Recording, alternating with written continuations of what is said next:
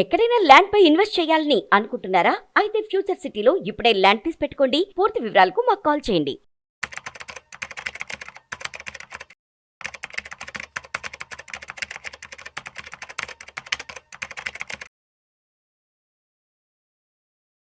Hello నమస్తే, welcome to Suman TV. ప్రస్తుతం మనతో పాటు qualified personal finance planner Sairam గారు ఉన్నారు. వీరితో ఈరోజు కొన్ని విషయాల గురించి మనం మాట్లాడతాం.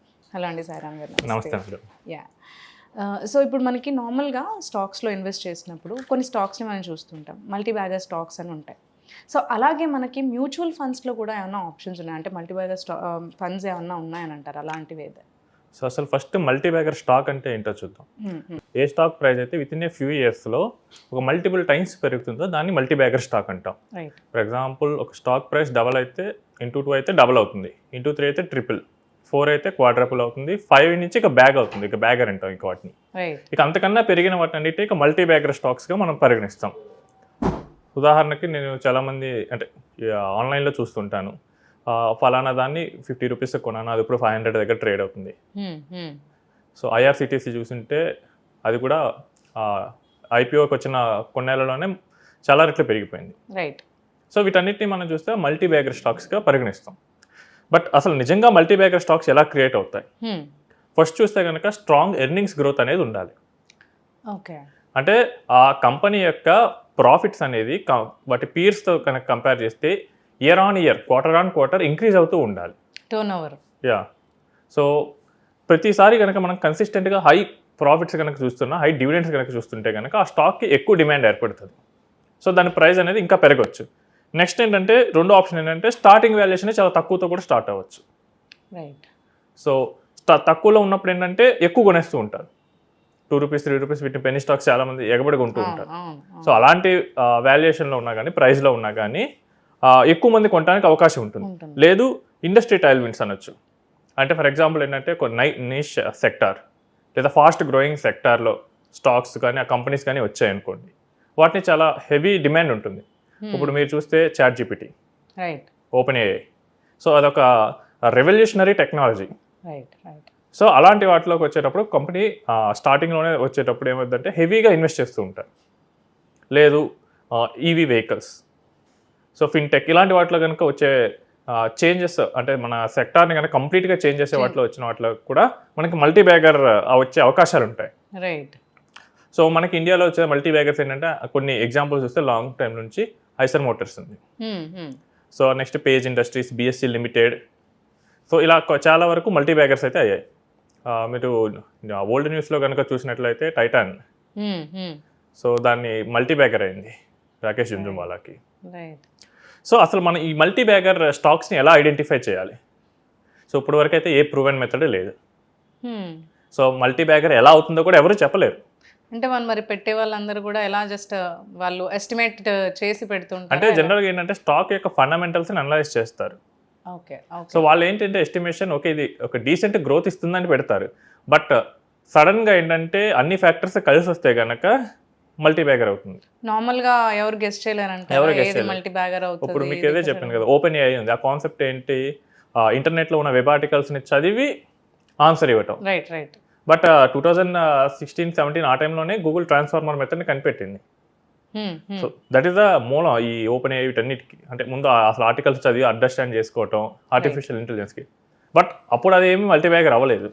అంటే మనకేంటంటే టెక్నాలజీ ఆ టైం కూడా కరెక్ట్ యాప్ట్గా ఉండాలి, ఎకనామిక్ ఫ్యాక్టర్స్ సూటబుల్ అవ్వాలి, లక్ కూడా కలిసి రావాలి ఇన్ని వచ్చినా కానీ.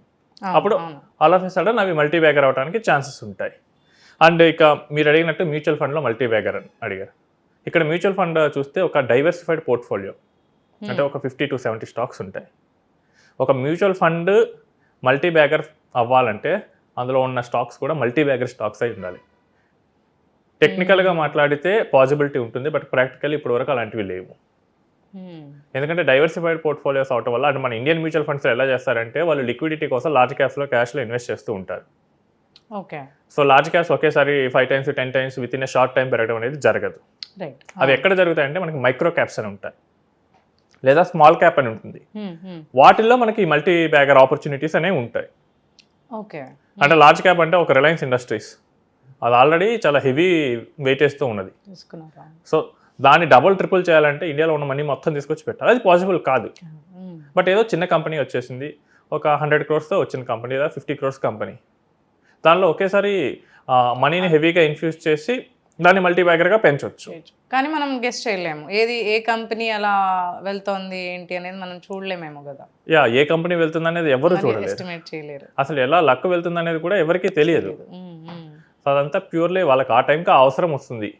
సో నేను చూశాను కొన్ని మెర్జర్స్ జరుగుతూ ఉంటాయి, మెర్జర్స్ జరిగినప్పుడు ఒకేసారి స్టాక్ ప్రైజెస్ పెరుగుతాయి. ఆ మెర్జర్ ఆ టైంలో జరిగితే దానికి లాభం, ఆ టెక్నాలజీకి డిమాండ్ ఉంటాయి, లేకపోతే ఇంకా అసలు ఏం యూస్ లేనట్టే. సో పలానాది ఇలా మల్టీబ్యాగర్ ఫండ్స్ ఉంటాయి అని చెప్పి మనం ఇన్వెస్ట్ చేయడానికి అయితే లేదు, మనం పెట్టిన దాంట్లో ఏదైనా అలా పర్ఫామ్ చేస్తే అలా అవుతుంది అంతే. అంటే మ్యూచువల్ ఫండ్లో మల్టీ బ్యాగర్ అవ్వదు, కానీ వాటి మ్యూచువల్ ఫండ్లో ఎన్ఏవి అనేది మనకి లాంగ్ టర్మ్లో కాంపౌండ్ అవుతూ కొంచెం మంచి మల్టిప్లై అయితే చేయగలదు. మీకు ఉదాహరణ చూస్తే Nippon growth fund right, almost 30 years back 10 rupees ఎన్ఏవితో స్టార్ట్ అయ్యి 4,000 పైన ట్రేడ్ అవుతుంది. ఓకే ఓకే, అంటే ఇన్వెస్టర్స్ వెల్త్ని 400 times పెంచింది. నెక్స్ట్ చూస్తే ఎస్బీఐ స్మాల్ క్యాప్ లాస్ట్ 10 yearsలో 10 times పైన రిటర్న్ ఇచ్చింది. Okay, Parag Parikh flexi cap ఇది కూడా మంచి రిటర్న్ ఇచ్చింది. సో ఇవేంటంటే లాంగ్ టైంలో కనుక మనం వెళ్తూ ఉంటే మనకి ఆ కాంపౌండింగ్ ఎఫెక్ట్ వచ్చేసి మనకేంటంటే వెల్త్ని 5 to 10 times పెంచుతూ ఉంటుంది. ఓకే, ఇప్పుడు ఒక స్టోరీ చెప్తాను మేడం.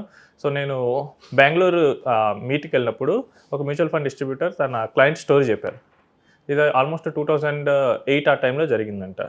ఆయనకు ఒక 30 lakhs కార్పస్ వచ్చింది, రిటైర్ అయ్యాడు. సో 30 lakhs వచ్చిందని చెప్పేసి ఏం చేయాలని చెప్పి ప్లానర్ దగ్గరికి వెళ్ళారు. సో ఆయన ఏంటంటే మ్యూచువల్ ఫండ్ సజెస్ట్ చేశాడు. ఓకే, 2008 అప్పటికి ఆర్థిక మాంద్యం వచ్చి అన్ని రేట్లు చాలా తక్కువలో ఉన్నాయి. ఆయనకి ఏంటంటే మొత్తం కాన్ఫిడెన్స్ చాలలేదు. ఓ 15 లక్షలు పెట్టి పొలం కొనుక్కున్నాడు, ఓ 15 లక్షలు పెట్టి మ్యూచువల్ ఫండ్లో ఇన్వెస్ట్ చేశాడు. ఇప్పుడు ఈ 15 లక్షల మ్యూచువల్ ఫండ్ ఈ రోజు వాల్యుయేషన్లో 4.5 కోట్లు అయింది. పొలం మాత్రం చూస్తే సమ్ 80 lakhs ఆడుంది. ఓకే, సో అంటే మనకి డిసిప్లైన్డ్గా కన్సిస్టెంట్గా మనం ఇన్వెస్ట్మెంట్ చేస్తూ వెళ్తే మనకి లాంగ్ టర్మ్లో మ్యూచువల్ ఫండ్స్ కూడా మల్టీఫోల్డ్గా ఇన్వెస్ట్మెంట్ పెంచగలవు. థ్యాంక్ యూ అండి, thanks for sharing the information. Thanks madam.